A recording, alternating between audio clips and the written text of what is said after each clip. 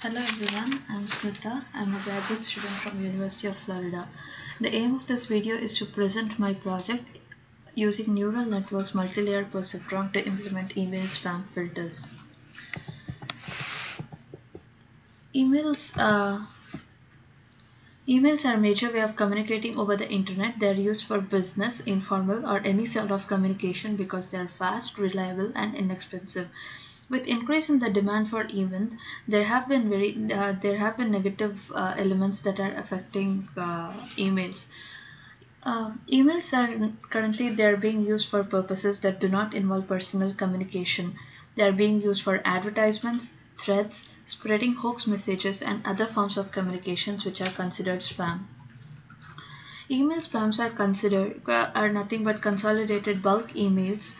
It's a practice of sending unwanted email messages frequently with commercial content in large quantities to indiscriminate set of users.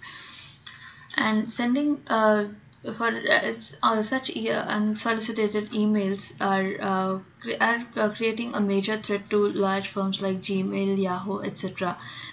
If you can reduce the spam emails by 50%, it would free the bandwidth by 50% for most of these big companies. Spam consumes a lot of bandwidth, storage space, and computational power, which could be put into use elsewhere. There are many ways of detecting spam. In this project, I am going to be using a machine learning technique for detecting spam emails. So I'll be using a model that is trained on a set of training samples, which are nothing but a set of labeled email messages. I use classification rules that are learned using specific algorithm. Some of the popular machine learning concepts are naive-based algorithms, support vector machines, that is SVM, K nearest neighbors, etc. In this project, a multilayer perceptron is implemented to identify spam. So what is this multilayer perceptron? Multilayer perceptrons have neurons as the basic building block. Input is sent through successive layers of neurons to get the required output. The first layer of the input is the input layer, and the last is the output layer. The layers between the input layers and the output layers are all hidden layers. The non-linearity in the multilayer perceptron is introduced because of the presence of the hidden layers, and the complex features of the inputs are produced by the neurons by nonlinear transformation. So the dataset that I am using for this project is the spam-based dataset from University of California, Irvine's repository. The dataset has many attributes. It has 48 attributes, which is nothing but the percentage of words in the email that match a particular word. And the dataset also classifies the emails as spam or non-spam. The spam emails are denoted by 1, and the non-spam, that is ham emails, are denoted by 0. So the approach that I will be using for building this project is the first step involves dividing the data set. So the spam-based dataset from the UCI repository has 4,601 rows, which are divided into training, validation, and testing data.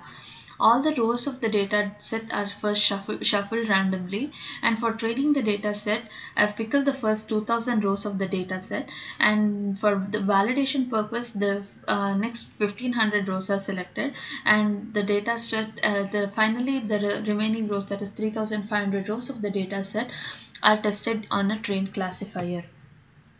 Reducing the dimensionality. The second step involved reducing the dimensionality. So once we have shuffled the random data set randomly, now we create a new reduced data set using the chi-squared algorithm. So the number of attributes that are in the data set, there were 56 attributes, which is reduced to 20 by using the chi-squared algorithm. So we are reducing the data set in order to improve the efficiency of the classifier, as the attributes which are related to each other are more closely matter more closely. So using the chi-square distribution, I'm reducing the dimensionality of the data. The next step involves training the classifier. The classifier in this project is a multilayer perceptron, as we discussed previously. I'm going to implement Theano for multilayer perceptron. Theano is another library which is a very powerful tool used to perform intensive machine learning computation. So the input to this multi-layer perceptron is the pickle data set that we are being used. So the one is the original and the other is the reduced data set that was produced by the chi-square distribution. The optimal configuration for the classifier is obtained by changing various parameters such as learning rate, the number of epochs and other number of hidden layers, etc. So here's the result for the original data set. I've plotted a graph for the training error versus the number of iterations. So as we can see, the for a learning rate of 1.1 and with the 100 iterations, the misclassification error is 25.08, and for the given configuration of given multi-layer configuration.